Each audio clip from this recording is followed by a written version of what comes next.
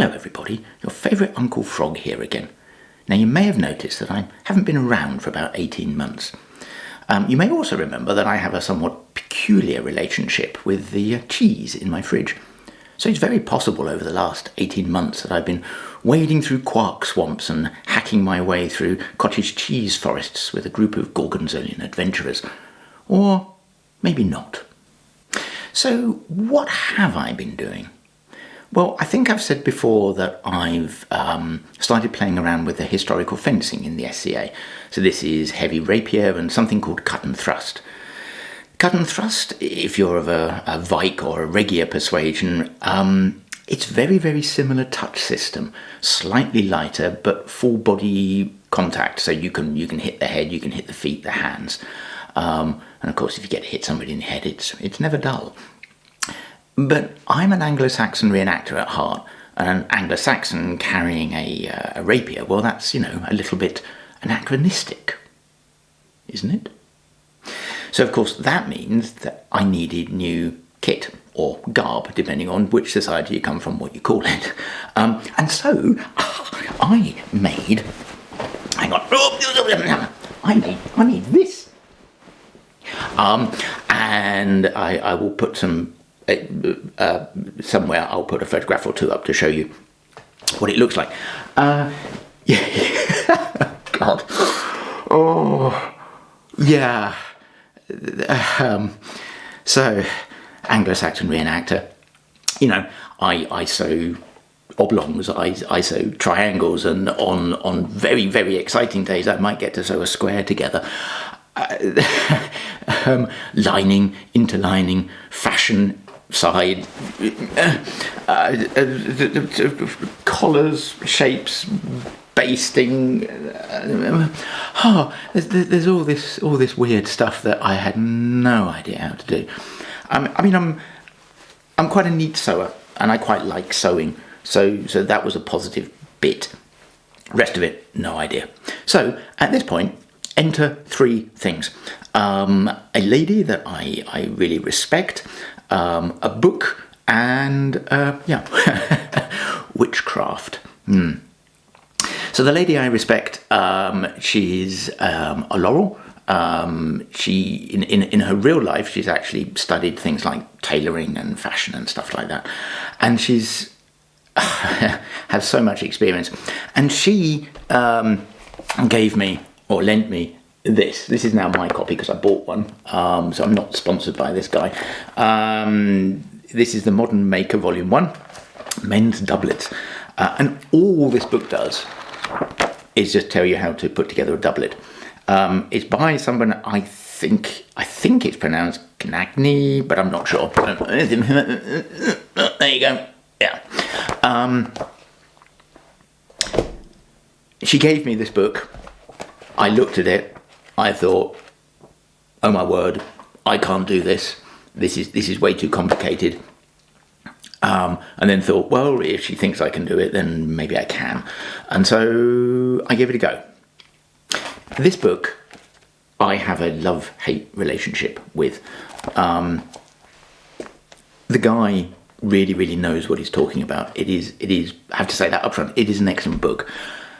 There are two things that I personally have a problem with. One, I think this is the first edition of the book, and there are some mistakes in the book. You expect that from a first edition. It's the nature of some of these mistakes that create a problem. Through this book, he obviously worked in inches. He's an American, I think, and he worked in inches, and he converted this into centimetres. But sometimes, but not always. So sometimes, but not always, the centimetres are incorrectly converted. So 1 inch is 2.54 centimetres. But sometimes this is correct and sometimes it's not. And there is one calculation where it is both correct and incorrect. And this causes a problem, along with there's a process in here where this bit here, you can see that? Yeah. This is setting out the pattern. And there are a couple of mistakes in that as well. They just got missed in the editing process, I'm sure. but it makes you lose confidence in the book.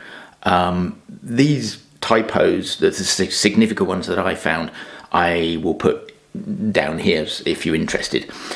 The other part of this book that I struggle with is the way in which he explains some things.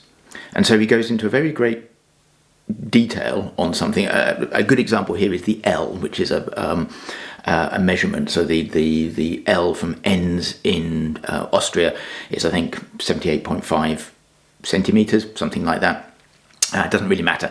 The point is that he talks a lot about all this measuring system, and you start reading and you think, oh, I need to know this, I need to understand this, and you try and understand it, you get very, very confused. You put the book down, you pick the book back up again, you carry on reading, you go back to the beginning, you go round and round, and then you get to the end and he says, oh, you don't actually need this, I just put this in here for information. I would like this bit at the top where it says, this is just for information, this is how you do it. But beyond those two little gripes, this is quite amazing, and it enabled me to make this. So this was a very interesting journey, and a fun one, and a frustrating one as well. Yeah, both. So where does the witchcraft come in?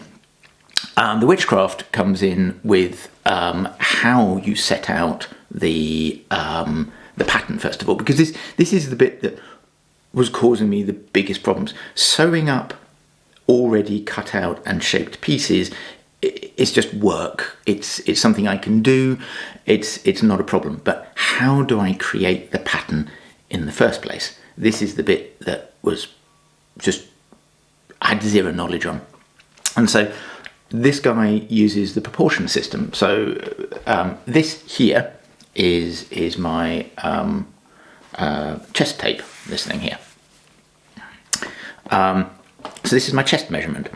And then you divide up the chest, so the to here, so bob to bob, that is my chest measurement.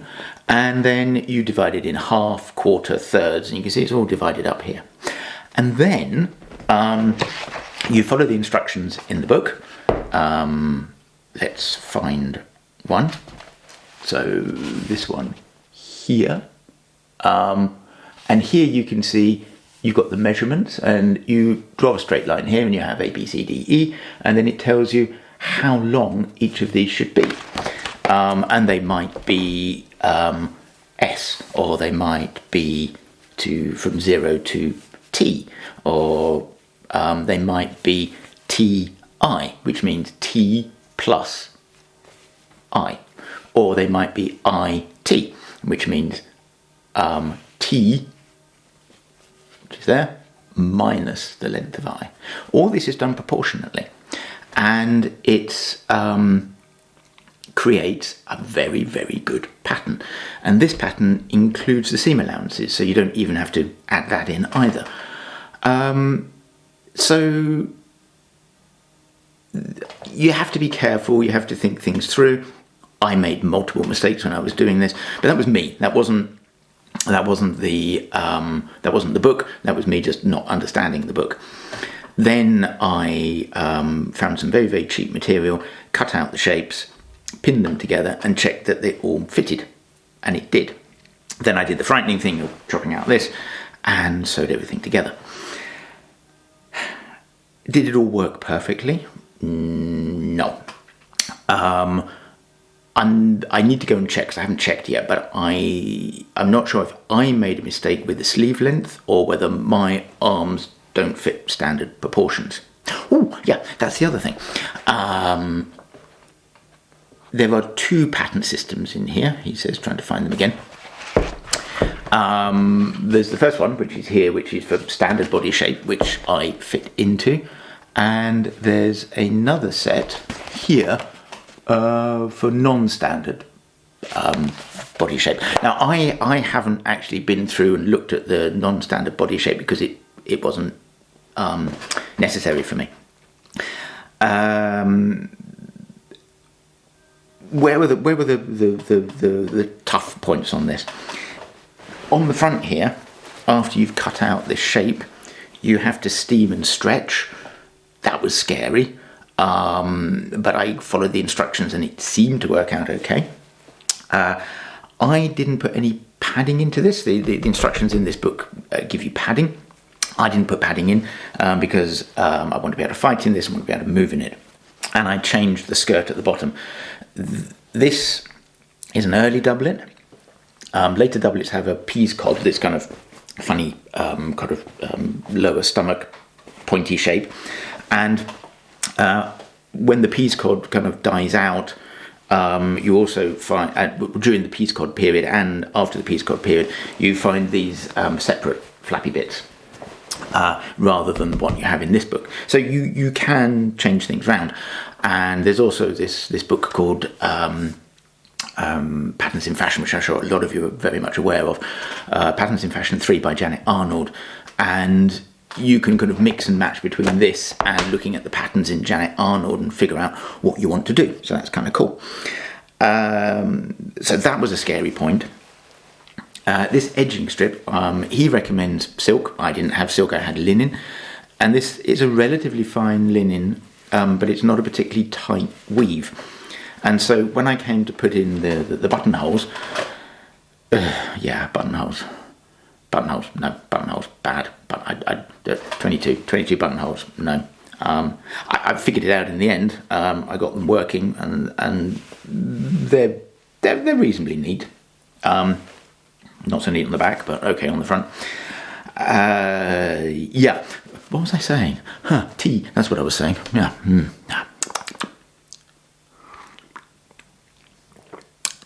There's also biscuits here as well, actually. No, got myself a biscuit.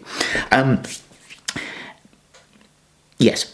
So buttonholes, because you have to put in a lot of stitches super close to the edge of where you have the hole for the buttonhole.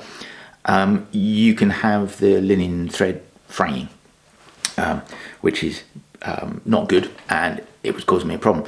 And so the lady I talked about earlier, I had her on some points on speed dial. It was like, help, it's all going wrong.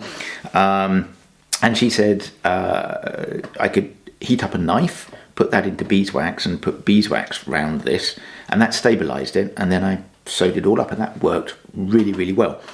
And then I took a tissue and put the tissue over the top of this, and then put the iron onto it, and that sucks the beeswax out of the rest of this, so you don't end up with beeswax all over the place. So that was, the buttonholes were the most stressful thing. I made a slight mistake with the collar here. So the collar has an extra piece of stiffening inside this, or canvassing, and you're supposed to kind of roll it as you're pad stitching, and I didn't quite get that right. So it doesn't sit absolutely fantastically as I would want it to. Beyond that, it was, I have to say, relatively simple, but in a stressful way, because I've never done something like this before. But you have a lot of photographs, a lot of descriptions. With any description, you have this how should I put that? The way my brain works and the way somebody else's brain works means that the descriptions don't always work. You have to try and put yourself in the head of the other person to make the description work. Then, if you're an expert, you have to try and think, what does the non-expert already know? What don't they know? What do I need to describe in detail, and what don't I need to describe in detail? And so that experience is going to be very difficult. That's wrong. Different for you and for me. So whenever I ran into a problem here, I wouldn't rush ahead. I would stop, put it down, walk off, make a cup of tea,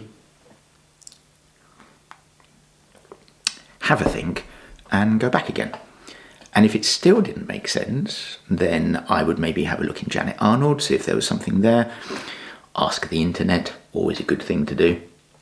And when all else failed and I couldn't figure out anything, then yes, I went and asked my speed dial expert, and she was very helpful with a couple of things. Would I recommend this? Actually, I would.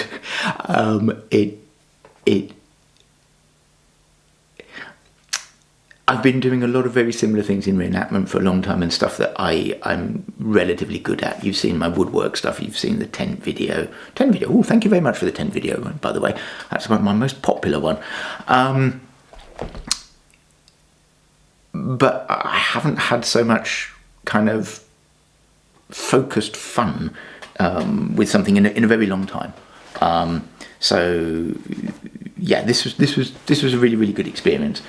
And I eased my way into this experience by making the trunk hose here. And the trunk hose are a copy from Janet Arnold, and if you would like me to talk about that at some point, then yeah, let me know. But basically, if you fancy making a doublet, if you have some sewing experience and you're relatively neat and you think you're quite good at following instructions, then really this book is extremely good. Take it slow, take it easy, and I think you could end up producing something really, really nice. So yeah, that's basically it. I hope you have enjoyed this return video, and what happens? Oh, yes, that's what I'm supposed to say at the end, isn't it? I'm just out of practice with this at the moment. Please don't forget to comment, rate, subscribe, like, ... yeah, you know, whatever floats your goat, I suppose. Whatever floats your boat, but for some reason that became whatever floats your goat, and then whatever floats your goat became whatever floats your goat. Yeah. And that led to the conversation about how bagpipes were invented.